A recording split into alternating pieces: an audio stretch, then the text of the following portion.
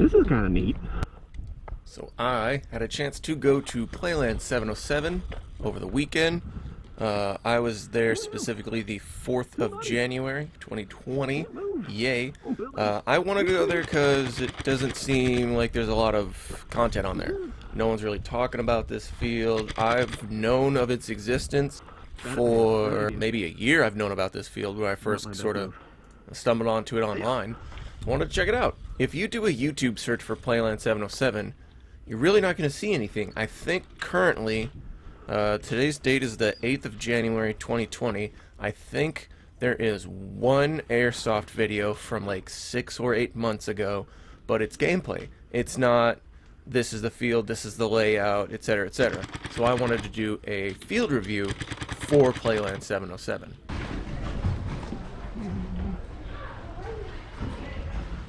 I think what really sets this field apart is its rule set. They cap their FPS at 350 for semi-automatic AEGs. If you're a NorCal player, you usually use to 400, so you're going to have to come down a little. If you're an HPA player, this is nothing new to you. But if you're running a single-action sniper rifle, you can go up to 400 FPS. Barrel covers are required on all guns. If you can use a glove, I think he said you could use a sock. It doesn't have to be an actual paintball barrel cover, but they do sell barrel covers there for, I think, like $5. My DSG has a thread protector and that's it. So in order to put a barrel cover on, I had to put my A-Stick tracer unit on so it would actually fit a barrel cover. In some gameplay videos you might see I'm running an Ace-Tech, and some you might see that I took it off. It's really just a matter of did I remember to take the Ace-Tech off before the game started. This field has a 0 minimum engagement distance, which means you can point blank kids all you want.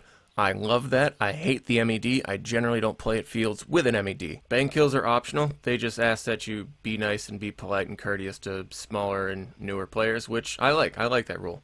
A while ago, I had DM'd him on Instagram and asked for what their maximum BB weight was, and someone responded it was .28. I asked a staff member in person about this, and he said they didn't really kind of have one. I would assume it's because this field is so small, they really haven't run into an issue where BB weight was really something too crazy. Most younger players and most newer players are running usually 2s and 2.5s anyway. I highly doubt they're going to have someone run up with .3s in an HPA gun. They don't have any special rules against feathering or against holding a gun or shooting a gun in a certain way. I was shooting pretty aggressively and I was feathering pretty hard and just sort of really spamming my trigger just to see if I would get talked to for it. Nope, they do not care. I wasn't really pre-firing a whole lot, but the few times that I was, no one ever talked to me about it, so I assume they just don't care. If you're an aggressive player, this is your safe space. Worth it. There's two things I will always judge a field by. Its staff and its rules. More importantly, its staff.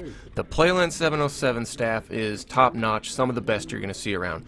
They're super nice, super friendly, very friendly to all play styles. They're very open with they don't really believe in the whole speed sim, mil sim madness. I don't either. I think it's silly. All of us sort of think it's silly.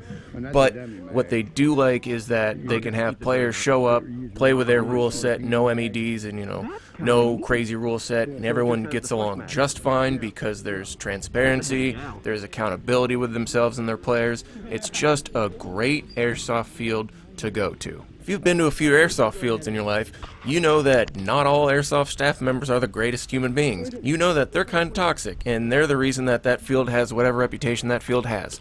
This field is amazing. It's very family friendly, it's very new player friendly, it's very intermediate player friendly, it's just great. I will admit that the field layout itself could use a little work. The size is fine. It's a fairly decent sized field. You could easily get 60 players on there, if not more. The layout itself is a little too spacey for my liking. I'd like to see a few more structures in there. I'd like to see the current structures be covered up a little bit better. There's a lot of openings because they use a lot of pallets and things like that, which is fine. I just would like to see them closed up a little bit more. But as far as the layout itself, I mean, it's a great field. It's very standard. It's got, I was playing in the little boat. That was kind of cute. It's got a plane if you want to play around that. It's got a couple vehicles here and there.